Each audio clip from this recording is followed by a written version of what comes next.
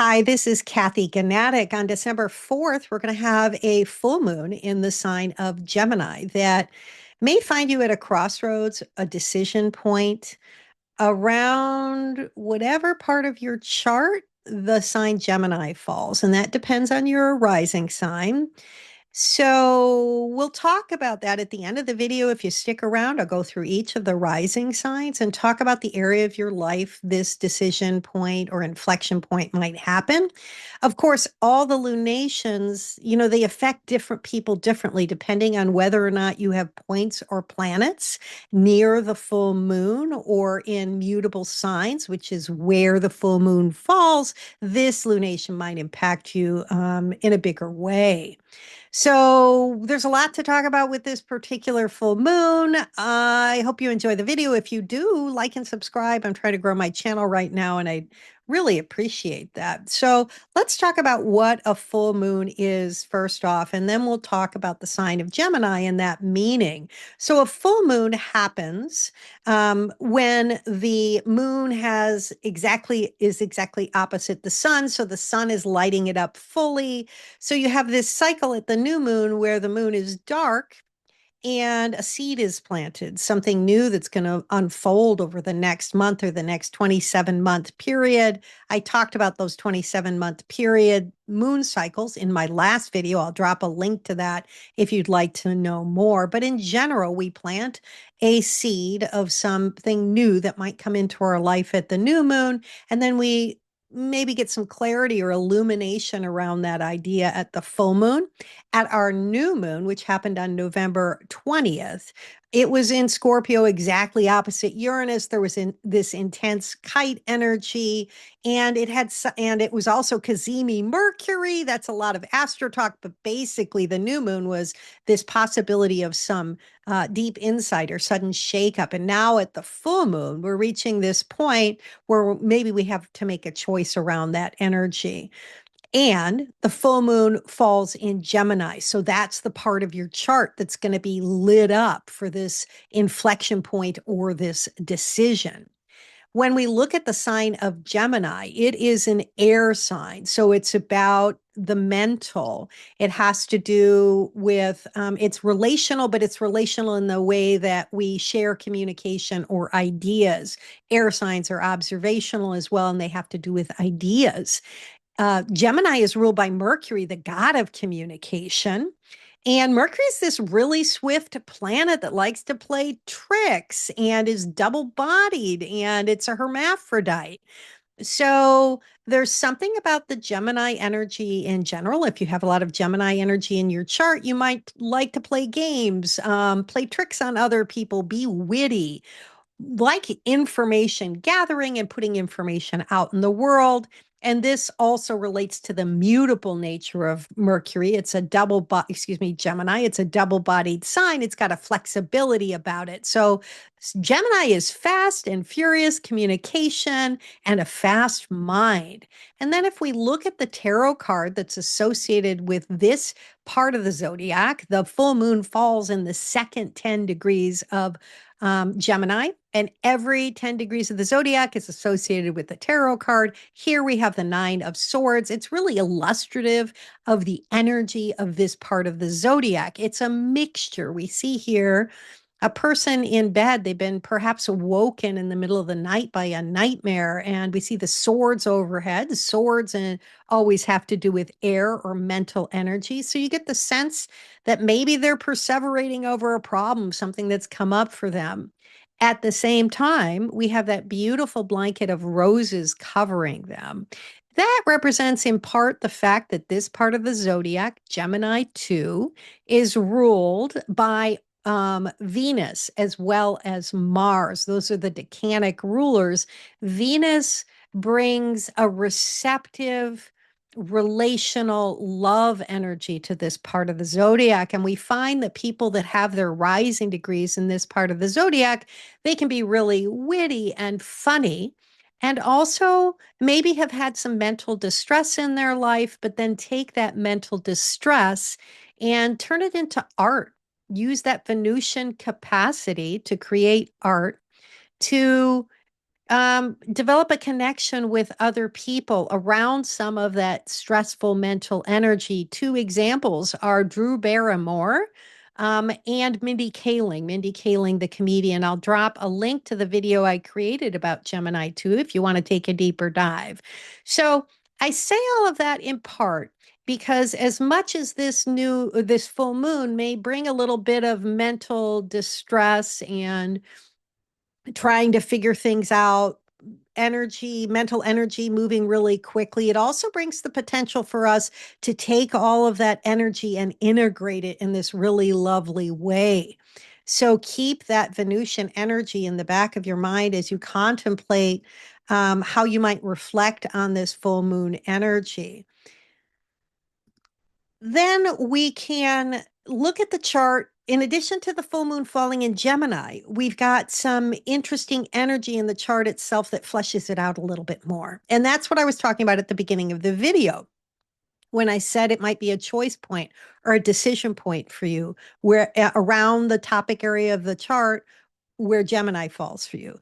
And that's because this full moon is exactly at the north bending, meaning it is square the nodes with the north node of the moon um, closest to it. That's the easiest way to describe the north bending. And so when planets are square the nodes, it can be a decision point, a flexion point in somebody's life where you have to make a big choice. I've had many clients that have had, for example, Uranus square the nodes on a particular date when they had to make a big decision point suddenly around something in their life. So that's one example.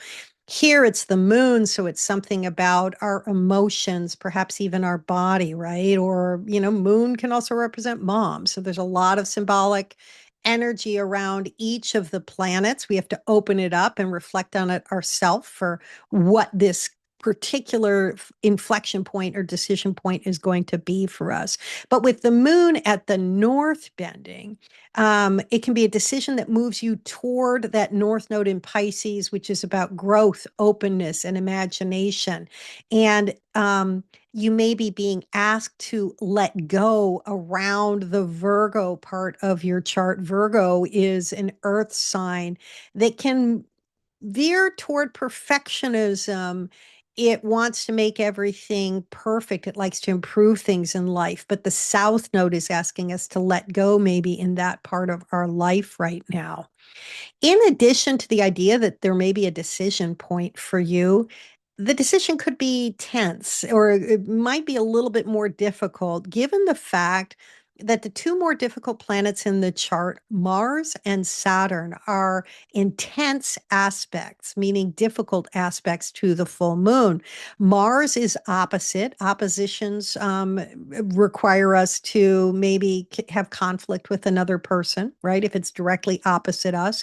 And then Saturn is in a square, requiring us to adapt. Saturn's around restrictions and boundaries. So it just suggests that not only do we have a decision point and that we're going through, and the Nine of Swords that suggests some possible mental distress around making the decision, but then we also have some difficult planets in connection with that decision. So give yourself a lot of love during this full moon. Make sure you have supports in place if you are at a point where you're making a decision.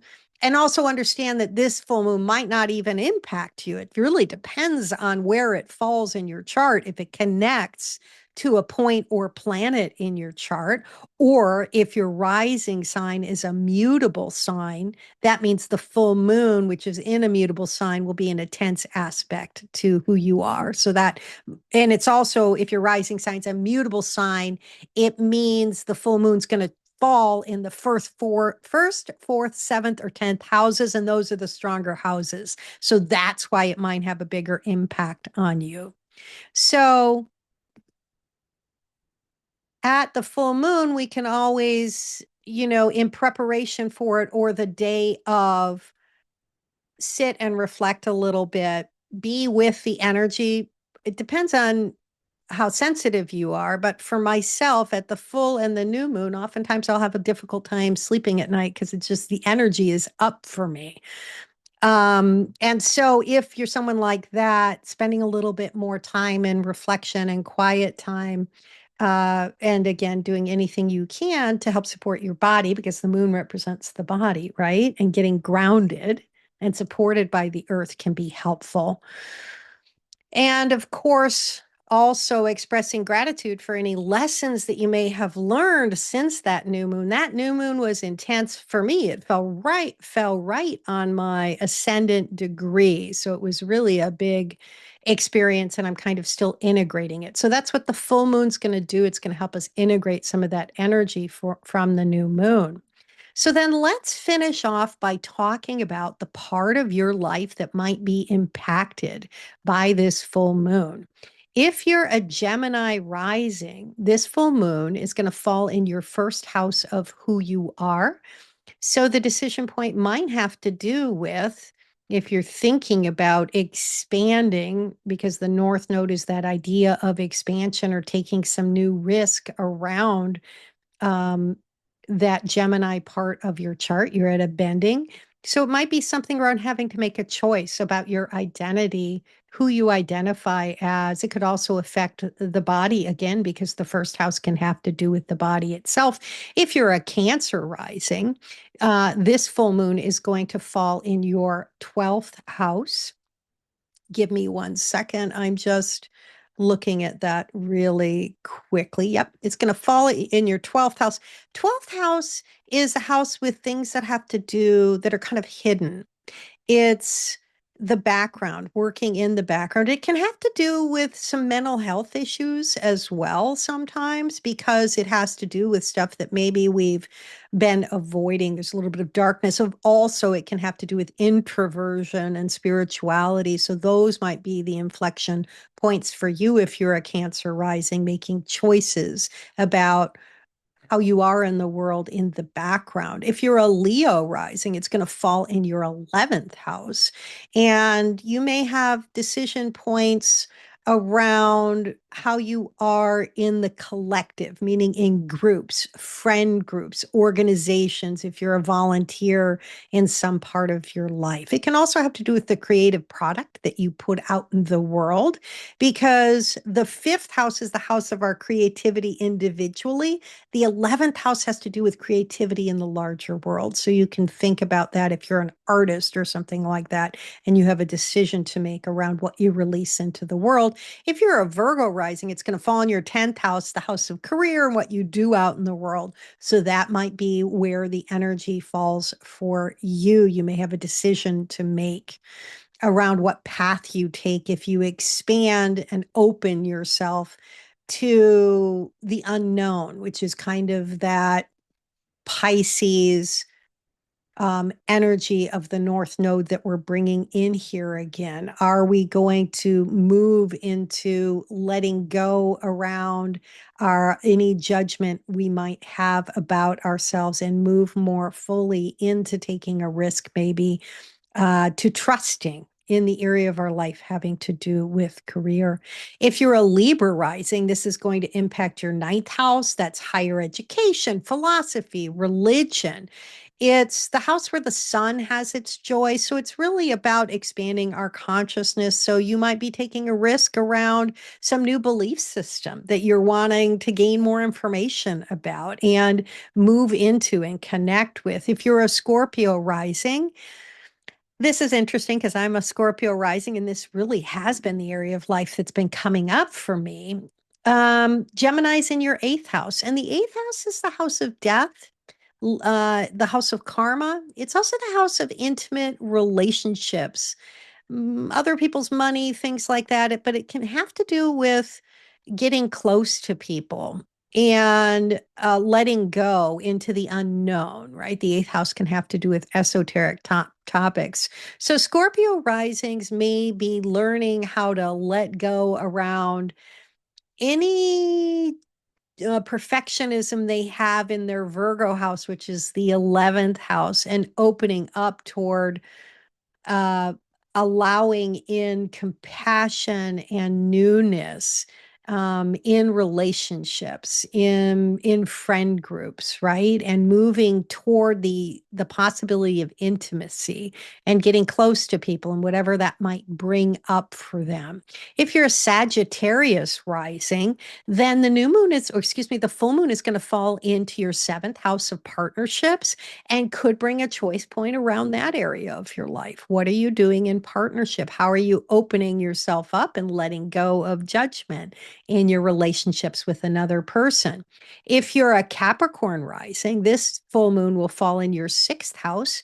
Sixth house is the house, it was the house of slaves in ancient times. It has to do with where we lack power. It's the house of the everyday worker. It has to do with health. So you might be confronted with decisions that call you to some new path, that North Node opening energy to the unknown around those topic areas of your life. If you're an Aquarius rising, then this full moon will fall in your fifth house, which is the house of creativity. It's also a house that has to do with children because children are our creative product in a way. It's the house of fun and pleasure.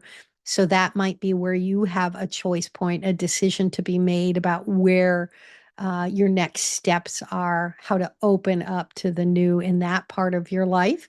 If you're a Pisces rising, this full moon will fall into your fourth house of home and family and ancestry. It can be literal home as well. Perhaps you're going to have a decision point or a flexion point around, could be even where you live if you're making a decision about whether to move or not. And are you going to open up and open up and trust, which is Pisces kind of faith energy, or hold on, that Virgo, well, actually, the South Node kind of asks us to let go of judgment around that. So again, where might you open up and step into something new around those fourth house topics? If you're an Aries rising, this full moon is going to fall into your third house. The third house is about siblings and cars and local travel, but in its essence, it's a very spiritual house. It's the house where the moon has her joy. If the ninth house is about where the sun has its joy and it's about consciousness and expanding consciousness and wisdom learned through the intellect and expanding our mind, the third house is about wisdom learned through lived experience. The body, the moon has her joy there. It's this earthy part of who we are. So maybe being asked to, grapple with questions, or what is your way forward? What is your path in any of these areas of your life? It could be if you're having some sort of conflict with siblings or with your local community, that could be a decision point for you. It could also be about your spiritual practice, that witchy energy of the third house. And then lastly, but not least, if you're a Taurus rising, this full moon is going to fall in your second house of how you value yourself. A lot of people think about the second house having to do with how they make money, but really it's all those efforts that we do to bring support to our first house to help support us living in the world. And when we make money, we increase our own sense of our own capacity and value. So for you, it could literally have to do with decision points around how you make money, but it could also have to do with your deeper sense of your own self-worth and maybe letting go of areas where you might judge yourself around those topics and moving more fully into a compassionate, although scary sometimes, relationship with the world, because Pisces asks us to let go into the oneness. Boy, that is scary for a lot of folks. So I hope you enjoyed the video. If you did, again, it'd be great if you could like and subscribe, and I'll see you in a couple of weeks for the next new moon. Talk soon.